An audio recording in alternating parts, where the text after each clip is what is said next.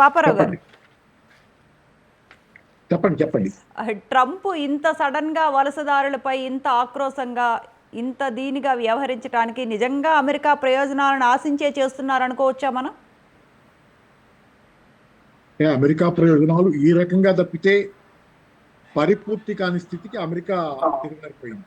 America ఆర్థిక వ్యవస్థ ఈ రకంగా తప్పితే అమెరికా ఆర్థిక ప్రయోజనాలు నెరవేరిన దశకి పతనం అయింది. ఒక రకంగా చెప్పాలంటే అమెరికా ఆర్థిక వ్యవస్థలో ఒకప్పుడు పరిస్థితులు బాగున్న కాలంలో, క్లింటన్ కాలంలో కూడా, వెనక ఎవరు మాట్లాడుతున్నారు, క్లింటన్ కాలంలో కూడా పరిస్థితులు వేరుగా ఉన్నాయి. క్లింటన్ కాలంలో కూడా ఓవరాల్ గా మీకు నాకు గుర్తుంది, నేను సాఫ్ట్వేర్ లో 10 ఏళ్ళు పనిచేశాను ఇక్కడ హైదరాబాద్ లో.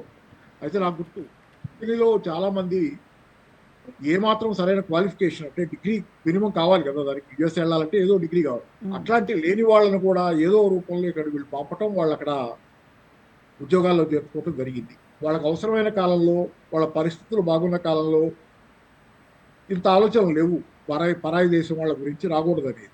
కానీ ఈరోజు ఇంతగా ఇమిగ్రెంట్స్ గురించి, పరాయి దేశం వాళ్ళ గురించి వచ్చిందంటే అమెరికాలోనే స్వయంగా ఉపాధి అవకాశాలు సన్నగిల్లిపోయింది.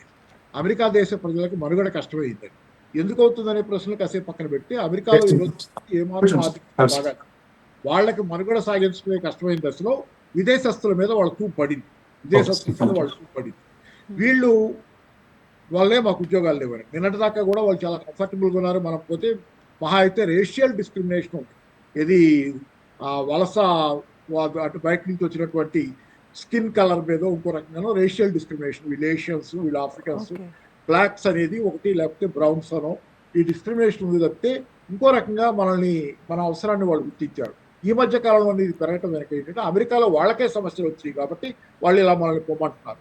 రెండోది మీరు చూస్తే బ్రిటన్లో చూసుకుంటే కనుక ఆ మధ్యకాలంలో బ్రెగ్జిట్ గురించి ఒక రిఫరెండం జరిగింది. బ్రెగ్జిట్ అనేది రిఫరెండం ఎందుకు వచ్చింది?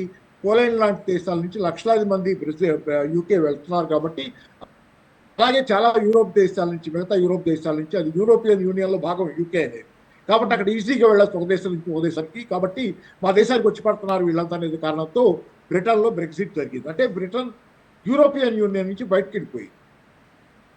ఇట్లా బయట వాళ్ళు రాకుండా తన దేశంలో ఆ యూనియన్లో ఉండేటట్లయితే వీసాలు పాటు లేకుండా ఎట్లా పడితే అట్లా దేశానికి వస్తున్నారు. కాబట్టి ఈ కారణం చేత వాళ్ళు ఆ రోజు బ్రెగ్జిట్ చేశారు. అంటే బ్రిటన్లో పరిస్థితులు కూడా తిరిగారు. ఇదే పరిస్థితి దాదాపుగా చాలా ధనిక దేశాల్లో ఈరోజు ఉంది. జర్మనీలో కానీ, ఫ్రాన్స్లో కానీ, అనేక యూరోప్ దేశాల్లో కూడా ఇదే పరిస్థితి. ఆ దేశాల్లో కూడా ఇమిగ్రెంట్ వద్దనేది ఒక నినాదంగా, దాంతోనే రైట్ వింగ్ ఫోర్సెస్ పెరుగుతున్నాయి. రైట్ వింగ్ అనేది బాగా పెరుగుతుంది. ఎవరైతే ఇమిగ్రేషన్ వ్యతిరేకిస్తారో వాళ్ళు బలంగా రైజ్ అవుతున్నారు. అదొక ప్రధానమైన కారణం. కాబట్టి ఓవరాల్గా ప్రపంచవ్యాప్తంగా జరుగుతున్న మార్పుల్లో చాలా దేశాల్లో ఆర్థిక పరిస్థితి దిగజారి ఆ దేశాల్లోనే ఉద్యోగాలు లేకుండా పోయే పరిస్థితి. దాని పరాకాష్ఠగా అమెరికా గురించి మనం ఇంకెందుకు మాట్లాడుకుంటున్నామంటే, అమెరికాకి ప్రపంచంలో చాలా దేశాల నుంచి మిగతా ధనిక దేశాలకు వెళ్లేదానికంటే ఎక్కువ మంది వెళ్తారు.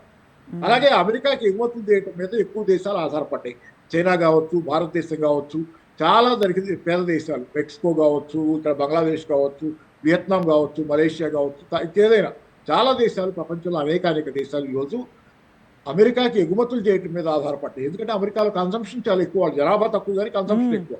ఇట్లాంటి పరిస్థితులు ఏంటంటే వీళ్ళకి ఎగుమతి చేయడం మనకి తప్పనిసరి అవసరం కాబట్టి టారిఫ్లు వేస్తాను మీ సరుకుల మీద అంటే ఏంటంటే, మన దేశం సరుకుల మీద టారిఫ్లు వేస్తే కనుక మన అక్కడ ఖరీదు అవుతాయి మన సరుకులు. మన అదనంగా ట్యాక్స్ 10 రూపాయల ట్యాక్స్ వేసేది 20 రూపాయల ట్యాక్స్ వేస్తే మన సరుకు ఆ మేర ఖరీదు అయింది. అయితే ఆ మార్కెట్లో అంతర్జాతీయంగా చౌక వస్తువుల పోటీ మనం తట్టుకోలేము. కాబట్టి టారిఫ్లకు వీళ్ళు బెదురుతున్నారు. అక్కడ మన అవసరాలు కూడా ఎగుమతులు చేసి అమెరికాకి ఎగుమతులు చేసి బతకాల్సిన పరిస్థితిలో మనం ఉన్నాం. కానీ అమెరికా తాలూకు వీక్నెస్ అమెరికాకు ఉన్నాయి. తర్వాత ఎప్పుడైనా మాట్లాడచ్చు. కానీ ఓవరాల్ ఇది కారణం, అమెరికా మీద మనం ఆధారపడి ఉన్నాం. దాన్ని చూపించి మనల్ని బెదిరిస్తున్నాడు. అమెరికా కూడా నిన్నటిదాకా మనకు అవసరం ఉన్నప్పుడు, మన అవసరం వాళ్ళకు ఉన్నప్పుడు వాళ్ళు ఎప్పుడు దీన్ని మనల్ని రావద్దాం లేదు, లేదా లేదు. ఈరోజు వాళ్ళ పరిస్థితి దిగుతారింది. అన్ని దేశాల పరిస్థితి, ధనిక దేశాల పరిస్థితి అనేది మాత్రం వాస్తవం.